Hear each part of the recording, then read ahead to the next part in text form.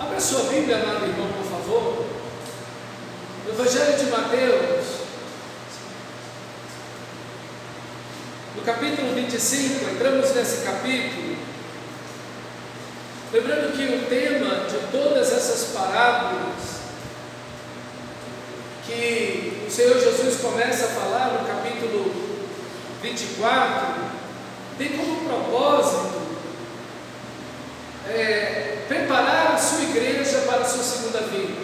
Ele fala da sua segunda vinda, mostra os sinais da sua vinda, e agora ele vai falar para mim e para você de como nós devemos estar prontos para esse momento tão importante. E então essa série de parábolas que o Senhor começa no próprio capítulo 24 e entra no capítulo 25, falando dessas parábolas. E a gente tem uma parábola muito singular, muito bonita, que eu gostaria de meditar com você nesta noite. Diz assim, no versículo 1 do capítulo 25: o reino dos céus, pois, será semelhante a 10 virgens que pegaram as suas candeias e saíram para encontrar-se com o noivo. 5 delas eram insensatas e 5 prudentes. As insensatas pegaram suas candeias, mas não levaram óleo consigo. As prudentes, porém, levaram óleo em vasilhas juntamente com as suas candeias.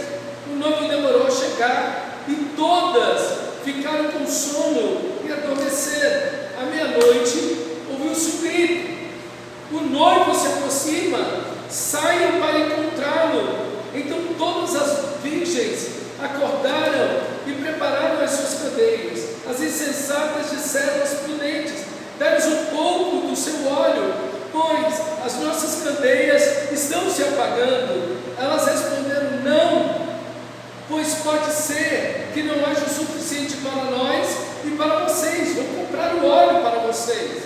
E saindo elas para comprar o óleo, chegou o noivo. As virgens que estavam preparadas entraram com ele para o banquete nupcial, e a porta foi fechada. Mais tarde vieram também as outras e disseram: Senhor, Senhor, abre a porta para nós. Mas ele respondeu: a verdade é que eu não as conheço. Portanto, vigiem, porque vocês não sabem a que horas vem o seu Senhor. Então, essa é uma parábola, ela tem 7 cenas, né? Como a grande parte das parábolas que Jesus conta, ela tem 7 cenas. Eu quero trabalhar essas 7 cenas com você nesta noite. O ponto central é o grito que diz justamente o noivo se aproxima, saiam para encontrá-lo. Esse é o ponto central, né, da parábola, esse chamado maravilhoso, uma lição muito bonita. Aqui a lição está no versículo 13, olha o versículo 13, é o ponto para o qual o Senhor nos chama a atenção. Portanto, vigiem, porque vocês não sabem o dia nem a hora.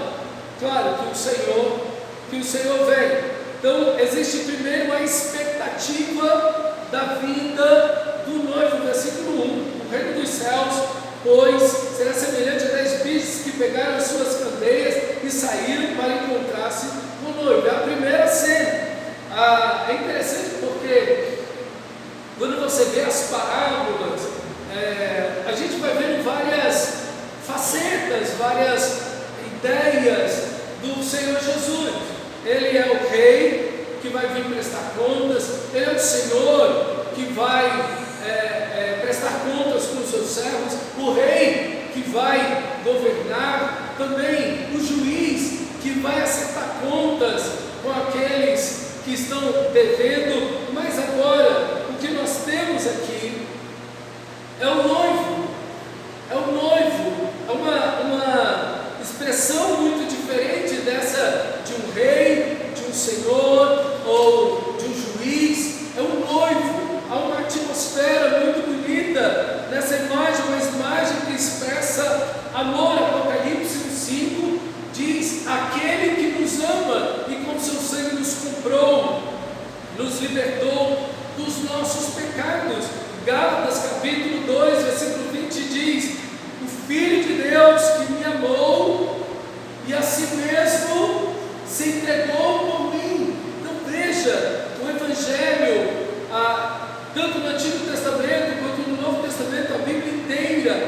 revela essa expressão maravilhosa do grande, eterno amor de Deus.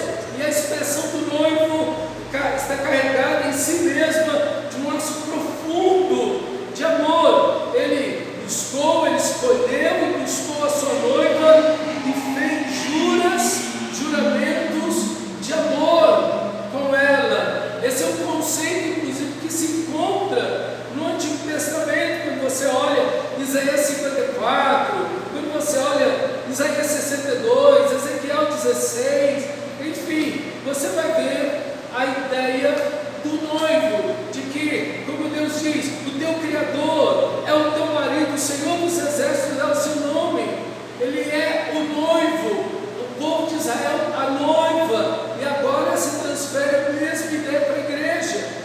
Cristo é o noivo, a igreja é a noiva. Então esse relacionamento de amor que Deus quer com o seu povo, essa ideia desse amor, dessa aliança de amor, desse relacionamento de amor, meus irmãos, é a essência do Evangelho.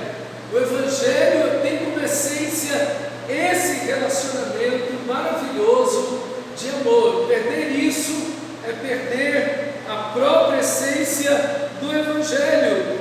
O próprio João Batista vai dizer: o que tem a noiva é o noivo, o amigo do noivo que está presente e o ouve muito se regozija por causa da voz do noivo. O próprio João Batista olha para Jesus e vê Jesus como o noivo.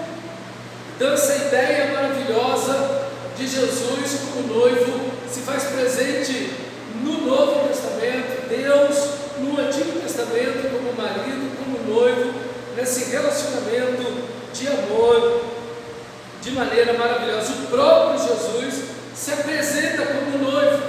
Ele vai dizer em Mateus capítulo 9, versículo 15: respondeu-lhe Jesus: podem por acaso estar tristes os convidados para o casamento enquanto o noivo está presente? Veja, ele está referindo-se a si mesmo.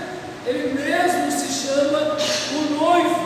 E esse relacionamento que ele veio nutrir com a sua igreja. E o livro de Apocalipse reitera essa relação de amor da igreja com o Senhor Jesus Cristo. Capítulo 21 de Apocalipse, versículo 2 diz assim: vi também a cidade santa, a nova Jerusalém, que descia do céu, da parte de Deus, ataviada como noiva, adornada para o seu esposo. Novamente a ideia da noiva e do noivo. E a frase que termina o livro de Apocalipse tem essa bela imagem de amor. O Espírito e a noiva dizem: vem. Há uma sede, há um desejo do Espírito, da noiva, de que essa plenitude de amor se concretize, esse retorno maravilhoso do nosso Senhor se concretize. Então a vida eterna é desfrutar desse amor maravilhoso de Deus aqui, agora, nessa vida, mas de forma perfeita na eternidade. Por isso o noivo morreu naquela cruz, para resgatar a sua noiva, a qual ele tem o amor eterno. E a noiva é a igreja, e a imagem da igreja, a imagem da noiva.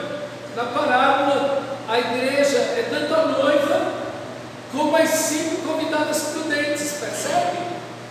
A igreja é simultaneamente a noiva que casa com o noivo, mas a igreja também é representada por essas 5 virgens prudentes.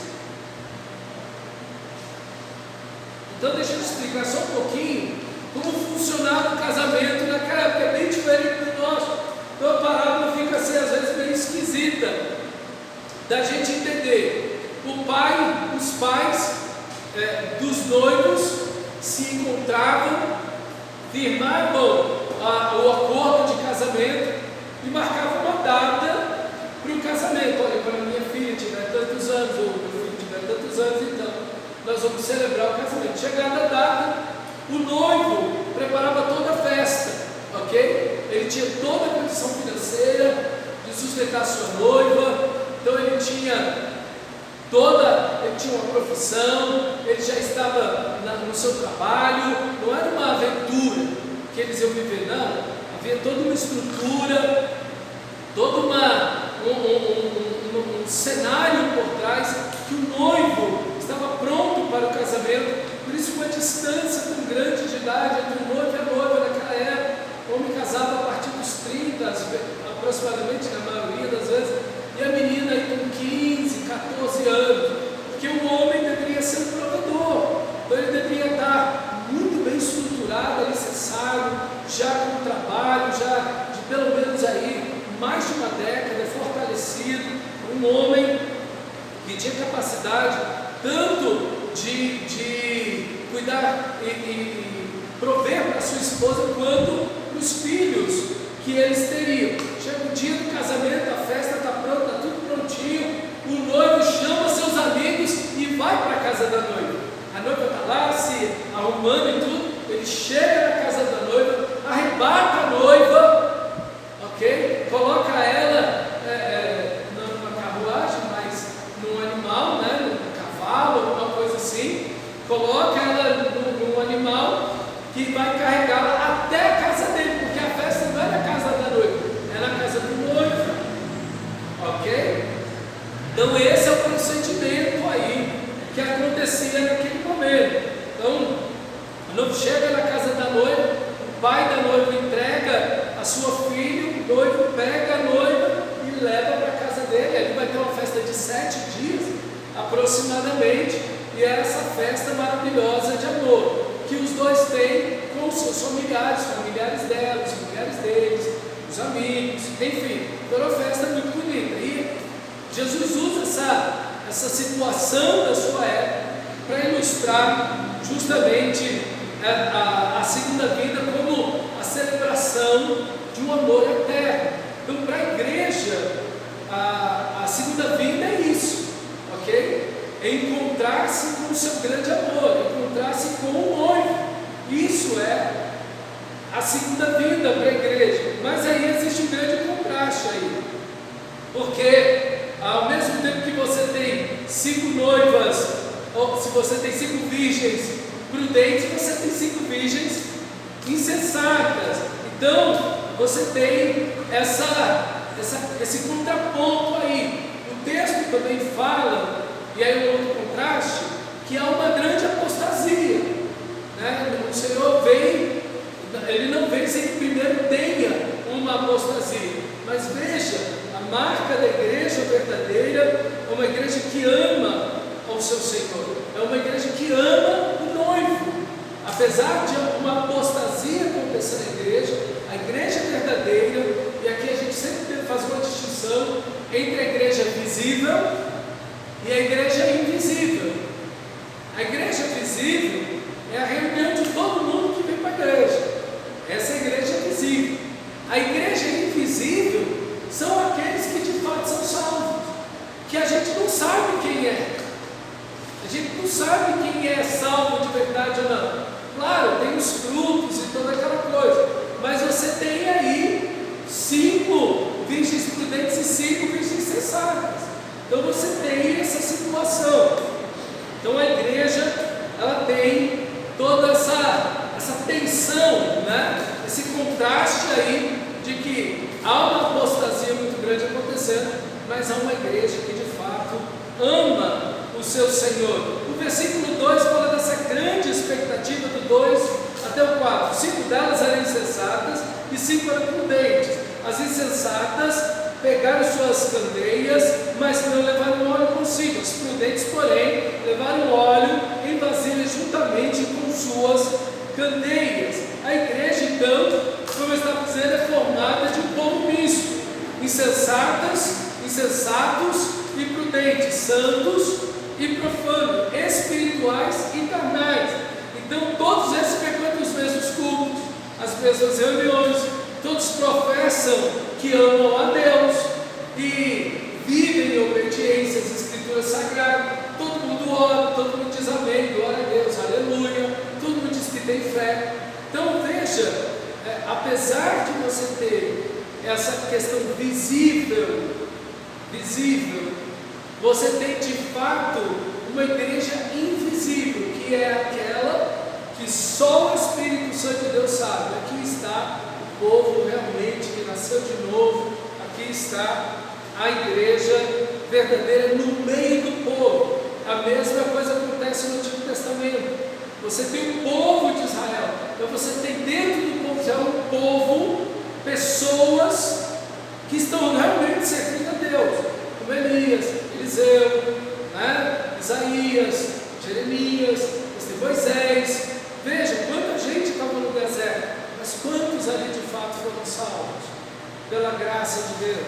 Então você tem o povo de Israel, mas você tem aqueles que estão dentro do povo. Por isso que Paulo vai dizer que o remanescente vai ser salvo no livro de Romanos. O remanescente é essa ideia aí desse povo dentro do povo. A mesma coisa na igreja. Então todos afirmam ser cristãos e de serem salvos, de serem membros da igreja. Aparentemente todos estão esperando o noivo, mas só o Senhor Jesus conhece mentes e corações, e Ele que conhece as mentes e os corações está dizendo: existem 5 prudentes e existem 5 insensatos. Então o Senhor sabe quem de fato é o seu povo. As 5 insensatas, aqui essa palavra insensata significa alguém que não usa a cabeça, que vive sem pensar nas consequências espirituais. É alguém às vezes muito atento às questões da vida, mas é totalmente imprudente em relação a tudo que se diz, a sua vida espiritual, aos elementos da vida espiritual, do relacionamento com Deus. É alguém tolo que dá ouvido e dá crédito no seu coração a tudo que dizem. Então, a palavra tolo no Antigo Testamento é o que você às vezes vai ver no livro de Provérbios, falando, então é simples, significa porta aberta. Literalmente essa palavra simples é a porta que está aberta. Todo mundo entra, todo mundo sai, qualquer coisa entra e qualquer coisa sai. Então o simples é esse. É alguém que é imprudente, é alguém que é prudente muitas vezes com o comer, com o vestir, com o dinheiro, mas é totalmente insensato, desprovido, que não usa sua cabeça, suas faculdades, que é inconsequente em relação à sua vida espiritual, ok? Por um lado dá crédito a tudo que se diz, sua cabeça está cheia de um monte de coisa. Por outro lado é incrédulo, porque com o coração já tão cheio, como ele vai crer na palavra de Deus? Como ele vai obedecer a palavra de Deus? Alguém assim é displicente e descuidado com os pontos espirituais que são os mais importantes da vida. É alguém que está diante daquilo que é o mais importante, a segunda vinda de Cristo, o unir-se com o Senhor da glória, a vida eterna, a santidade, a oração, a leitura da palavra. É uma pessoa displicente, é uma pessoa que não usa a cabeça, é uma pessoa que não pensa nas consequências. O momento mais importante da vida de uma mulher nessa época bíblica era o casamento dela. Esse era o momento mais áureo da vida de uma mulher naquela época. E elas não estão preparadas para esse momento, elas não estão preparadas para o casamento. Então, você vê aí esse descuido que essas mulheres têm em relação ao casamento. Em contrapartida, você tem as 5 virgens prudentes, que essa palavra prudente significa sábio, inteligente, atento e daí prudente, justamente o oposto, com as coisas espirituais, obviamente falando de qualquer área da vida, mas especificamente aqui com relação à segunda vinda de Cristo. Essa palavra prudente aqui do grego, ela tem uma raiz, que significa frear, que quer dizer controlar, refrear. Então a ideia aí de controlar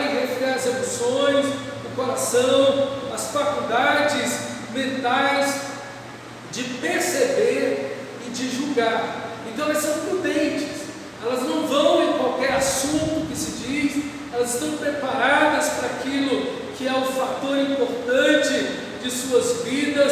Essas vidas estão com suas mentes e corações no noivo, e não há nada que irá tirá-las ou distraí-las desse casamento. A prudência delas se demonstra ao levarem vasilhas com azeite.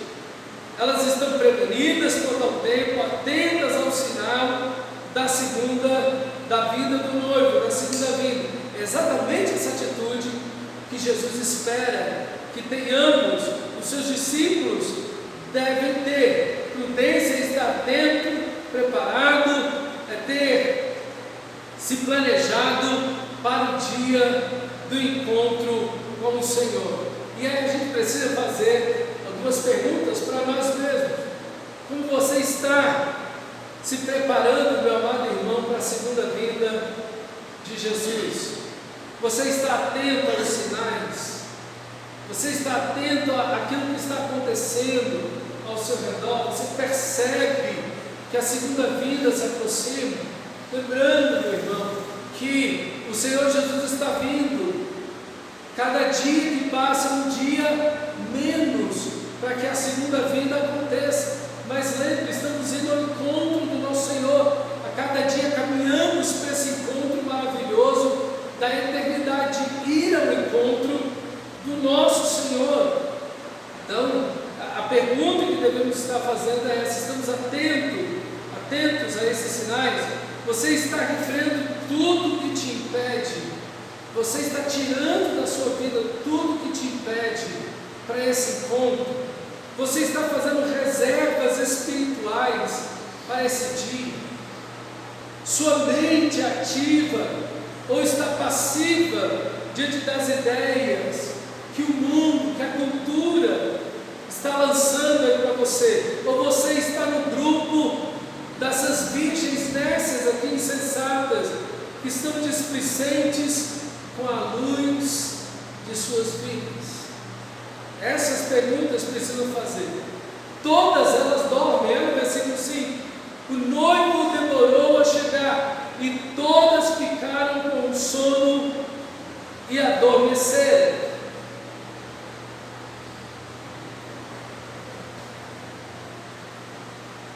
Muita gente coloca ênfase demais nesse ponto da parábola. Fico tentando aqui colocar ideias no texto. Veja, o ponto central que elas da parábola, e é isso que você precisa estar atento, é que o ponto central é que por várias vezes vai se repetir a palavra óleo, candeia, a luz das lamparinas, certo? Esse é o tema central. O tema central não é se elas dormiram ou não. Esse não é o tema central. O texto fala que elas dormiram, mas não é o ponto central da parábola. Tem gente que faz desse ponto o ponto central da parábola, quando a própria parábola não põe esse ponto como ponto central. Então você precisa, ao ler o texto sagrado, ao ler a parábola ou o texto bíblico, deixar que o texto coloque ênfase e você ter ênfase aonde o texto coloca ênfase, ok? Talvez a lição aqui, que diz assim no versículo 5: o noivo demorou a chegar e todos ficaram com sono e adormeceram. Talvez a lição aqui é que a demora do noivo distingue os dois grupos de virgens. É a demora do noivo que vai mostrar quem é prudente e quem não é, quem é prudente e quem é insensato. É essa demora do noivo que vai mostrar quem está realmente com o seu coração no noivo e quem está com o seu coração em outra coisa. E infelizmente, quando nós olhamos a igreja, a história da igreja, a gente vai ver que até cristãos verdadeiros, eles às vezes cochilam e dormem na sua fé. Até mesmo cristãos verdadeiros podem chegar a esse momento triste de, no lugar de estarem despertos, às vezes serem envolvidos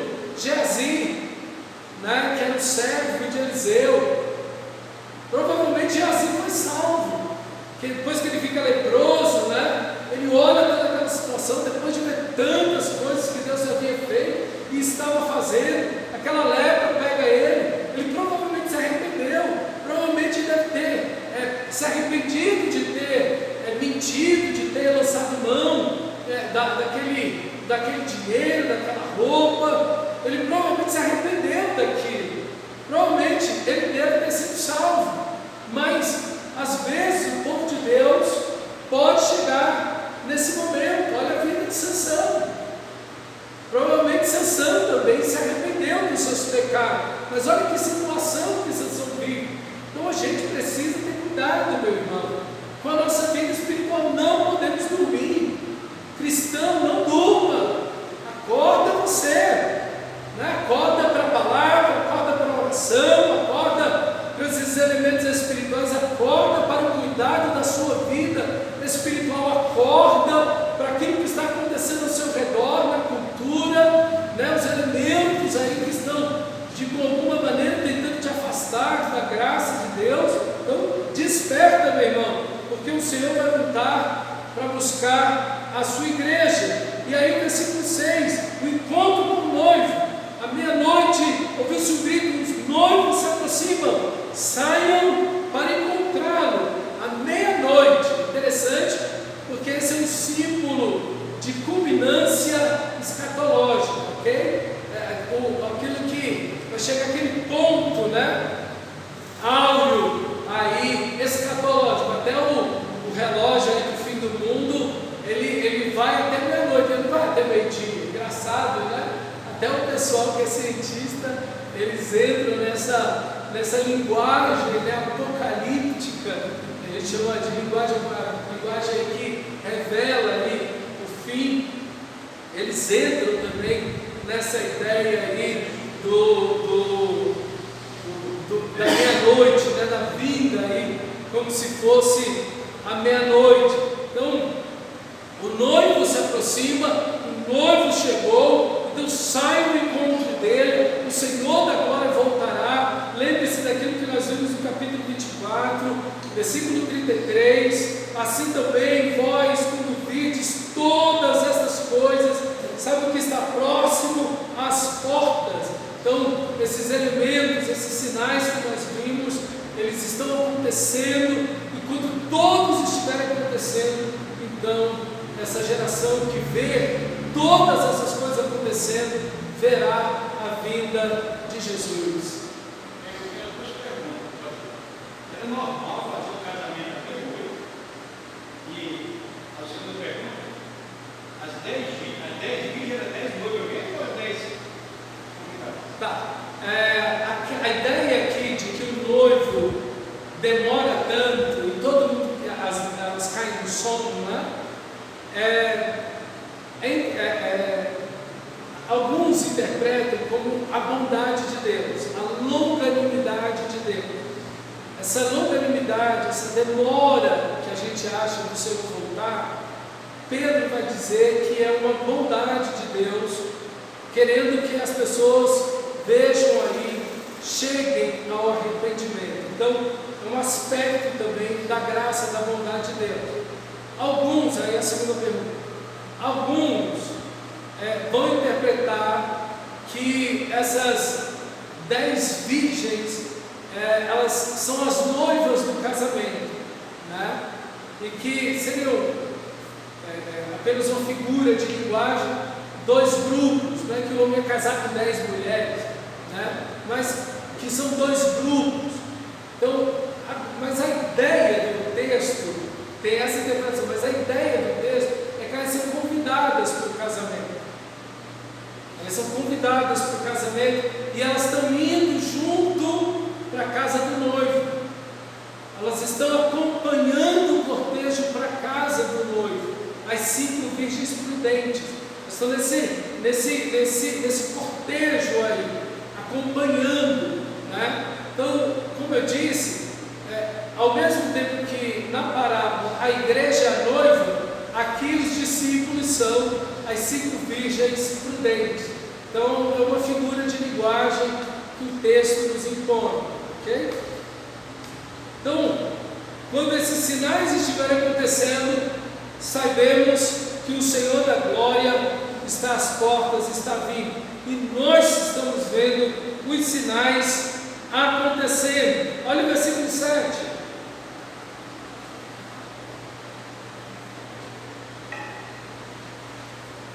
Todos se levantam, todas se levantam. Então todas as virgens acordaram e prepararam as suas candeias. E isso é interessante porque não apenas as prudentes acordaram, mas as insensatas também acordaram. E essa é a ideia da segunda vinda, onde ninguém vai ficar indiferente à vinda do Senhor da glória.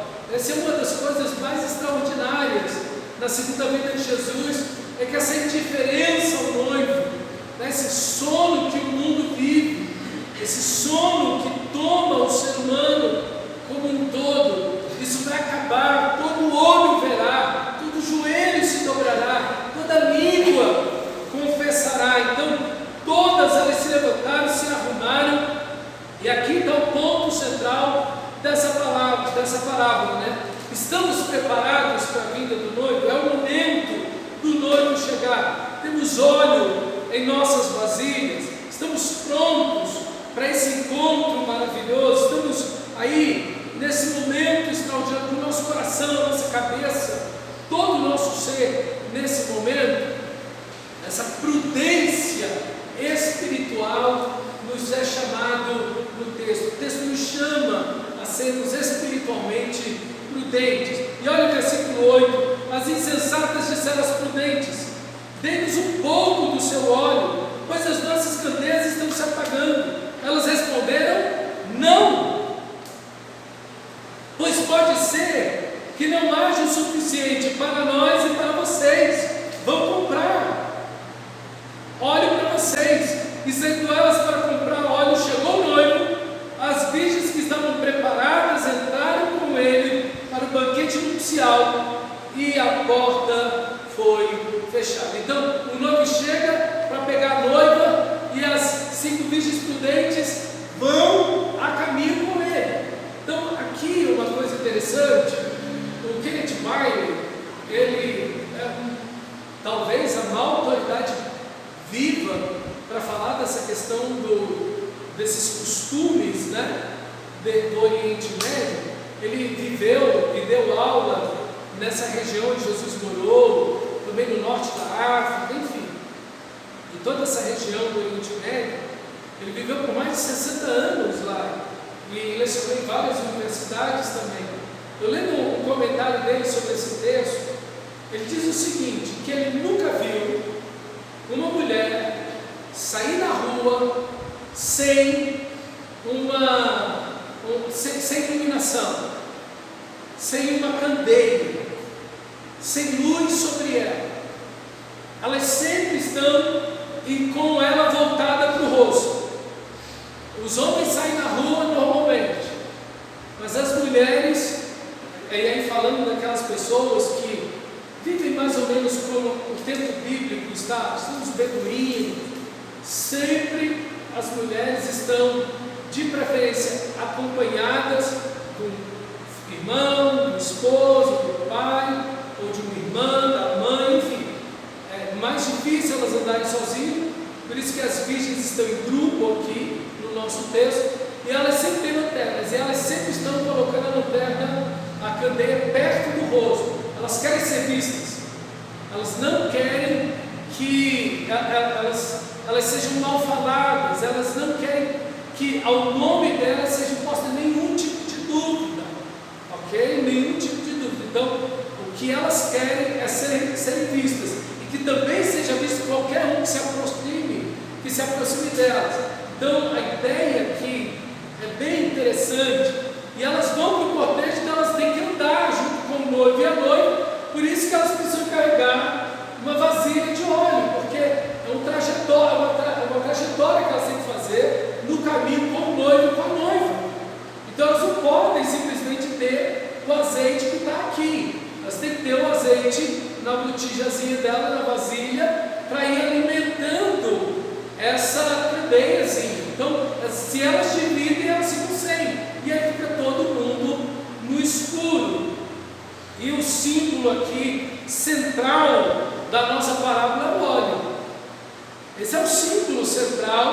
claro, fora o noivo e a noiva, né, as 5 virgens prudentes, mas o ponto aqui, a grande discussão da nossa parábola é o óleo. E a pergunta que a gente tem que fazer é essa: qual o símbolo do óleo nessa parábola? O que significa o óleo nessa parábola? Irmãos, o consenso de que o óleo nessa parábola não é de todo o consenso, mas a maioria pensa que o óleo nessa parábola é o Espírito Santo, é a pessoa do Espírito Santo. E aí a gente pode perguntar: mas as 5 virgens que não são prudentes, elas também têm óleo, elas também têm luz. Então, como é isso? O que nós podemos ver na própria história, no próprio texto sagrado do Evangelho de Mateus, é que as pessoas não crentes, as pessoas religiosas, as pessoas que não nasceram de novo, elas possuem um derramamento da graça de Deus sobre elas. A luz da graça de Deus brilha sobre elas. Elas ouvem Jesus falar, elas estão recebendo milagres de Jesus, curas de Jesus. Jesus multiplica pão e peixe e elas comem. Elas estão, como disse o João, todos nós estamos bebendo graça sobre graça. Então, até o não crente, ele está recebendo uma medida da graça, da luz de Deus sobre a sua vida. Ele também, como diz o autor de Hebreus, ele também está sendo iluminado pela graça de Deus, pela misericórdia de Deus. Mas não é uma luz definitiva, não é uma luz que dura, não é uma luz que permanece, como acontece com as 5 virgens prudentes. E aqui, irmão, há uma aplicação muito bonita para mim e para a sua vida. É que o que nos difere do mundo inteiro é a presença, é a pessoa do Espírito Santo. Na vida cristã tudo começa, tudo acontece e tudo termina com a pessoa maravilhosa do Espírito de Deus. É o Espírito de Deus que salvou você, que convenceu você do pecado. É o Espírito Santo que te fez nascer de novo. É o Espírito de Deus que te conduz na sua vida cristã, que intercede por você, que te fortalece, que te assiste nas suas fraquezas. Quando você está vacilando, é Ele que é o Consolador, Ele que te ergue. Então nós vemos a presença maravilhosa do Espírito Santo na sua vida, na minha vida, na vida de todo cristão verdadeiro, meu irmão.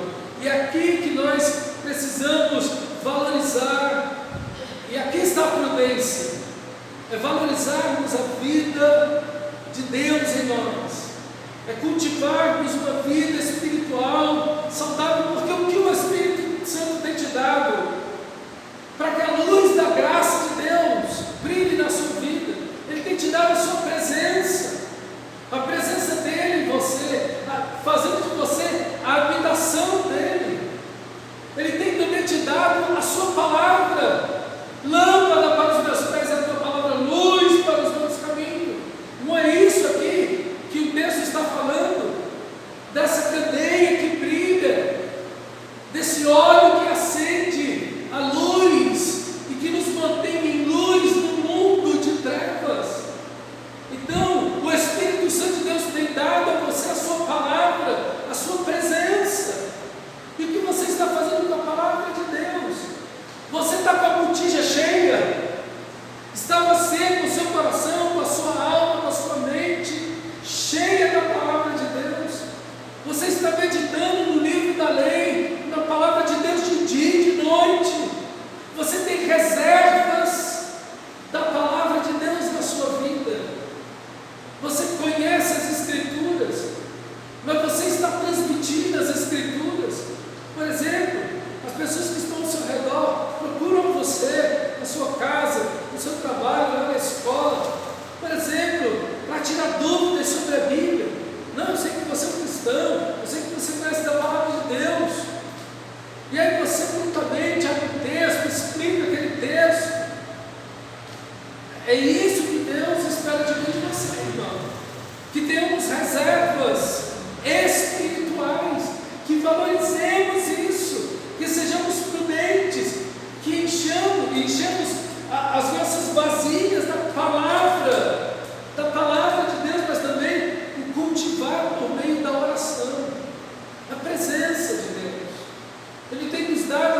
presença.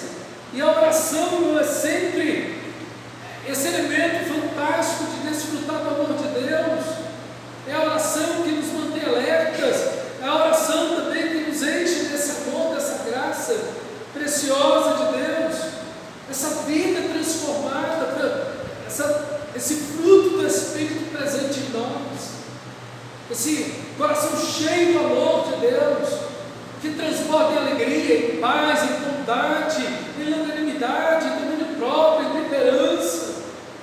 Essa vida transformada, essa vida que não apenas tem luz fora, mas tem luz dentro do coração, tem luz na alma, tem luz lá dentro de nós, da glória de Deus, de uma vida transformada verdadeiramente em nossos corações, a armadura de Deus para vencermos o dia mau, e depois de termos vencido tudo, permanecer inabaláveis.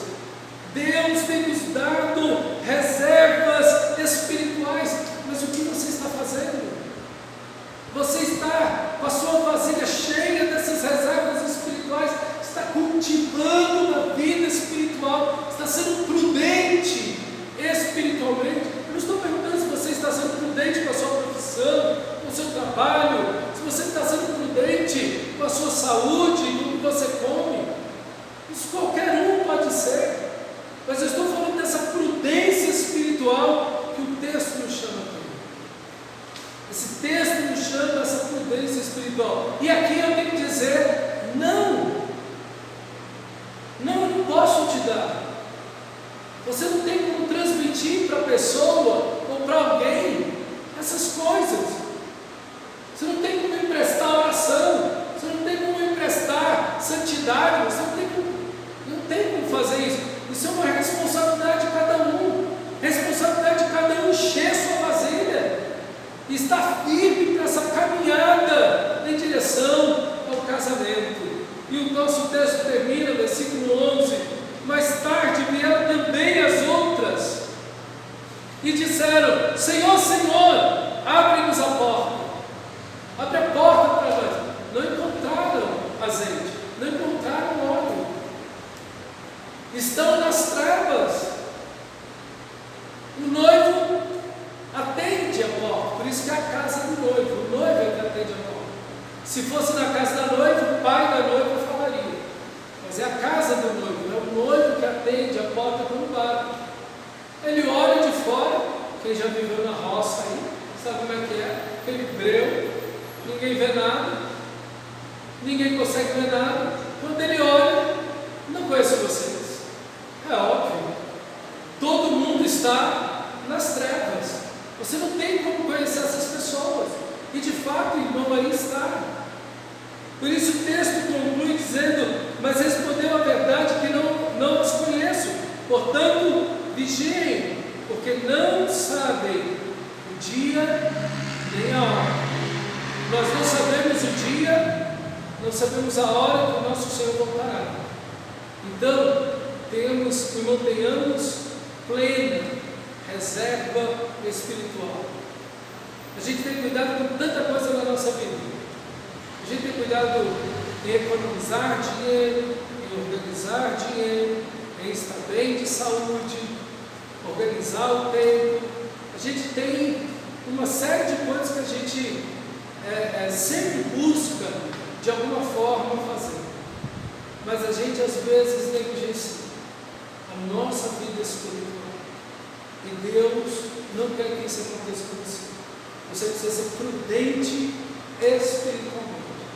Você precisa guardar as reservas espirituais, valorizar a presença, a pessoa do Espírito Santo na sua vida, o agir, a voz do Espírito de Deus, o ser guiado pelo Espírito Santo na palavra de Deus, sempre na palavra. Ele nunca vai te guiar fora das Escrituras Sagradas, mas sempre dentro da sua palavra, para que você possa, assim, meu irmão, vivendo para a glória de Deus, permanecer acordado, esperando o seu Senhor maravilhoso.